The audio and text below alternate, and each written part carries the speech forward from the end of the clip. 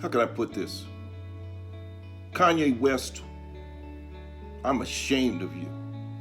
I'm embarrassed by you. We're embarrassed by you. This is the third time you have kissed the butt and standing there with none other than the worst traitor of all, Candace Owens. I'm disgusted by you. But anyhow, thank the Forgotten Kings for these clips. Hey, listen to the clip and I'll be back. I'm very blessed today and I'm not upset. I just made the statement so we can all stay on course, because equality is something that we all deserve, and people of color all over the world deserve a wake-up support system. Not only that themselves are woken up to their own divinity and power, but that other people recognize. Sometimes people, the oppressors, don't realize, and they need to hear that Black Lives Matter. But they have to think back. Do they support racist regimes and ideas and infrastructures? We need to remind ourselves of who we are, and we don't need to distract from that. Kanye, this is your third strike. As far as I'm concerned, we should not buy your shoes. We should not buy your clothes. We should not buy your Yeezys. We shouldn't buy any product that you put out until you apologize. I congratulate David Rice. Okay, we're here today to demand our reparations now.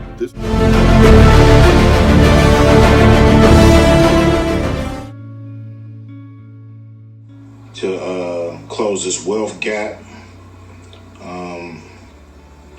and I think we gotta use our vote, this black vote, as a fucking tool. You know, some call it a weapon to get what we want. Don't matter which party give it to us, somebody got to get behind the contract. And I agree with my young brothers that are out there. We're getting close. Stay united. Let us stay together on this. Jay-Z said it. Let's take some action. Ice Cube said it. It's time right now. Right now is the time. This is the best time ever. Listen, Ice Cube controls $100 million. Jay-Z controls $200 million that was just provided by the NFL. We demand $20 trillion that is owed to Black descendants of slaves. You know, this country, America, was built on the backs of those black slaves from Africa. And there was no pay ever given. A fair day's pay for a fair day's work. Joe Biden, you have said you're a representative of labor. You're a president who's supposed to know about how hard work should pay off. Slaves never got paid. With Black America, it's very broad. It deals with a lot of our pain, and it helps us catch up. You know, the amount would be somewhere around $20 trillion in today's money. So what we're here to say is we demand payment, and we demand payment now. Our motto is simple, but it is timeless, and it has been used over and over because it's so true. Black man, black woman, united we stand. It was like actionable item. What are we gonna do with it? It deals with a lot of our pain, and it helps us catch up. You know, me, I ain't got nothing else I'm doing or passionate about but some change. You know, I don't give a damn about a movie or a fucking record or none of that shit. I care about changing the situation for black people in this country.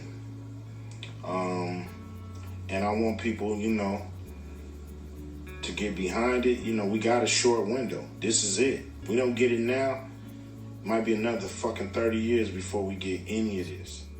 You know, this country, America, was built on the backs of those black slaves from Africa. And there was no pay ever given. A fair day's pay for a fair day's work. Joe Biden, you have said you're a representative of labor. You're a president who's supposed to know about how hard work should pay off. Slaves never got paid, so you owe us this money. I'm passionate about this. I don't have anything else that's more important. And I agree with my young brothers that are out there. We're getting close. Stay united. Let us stay together on this. We got to go for it now. It ain't no time to play. You know, I don't want my kids, grandkids, great grandkids, anybody after that to have to deal with this bullshit.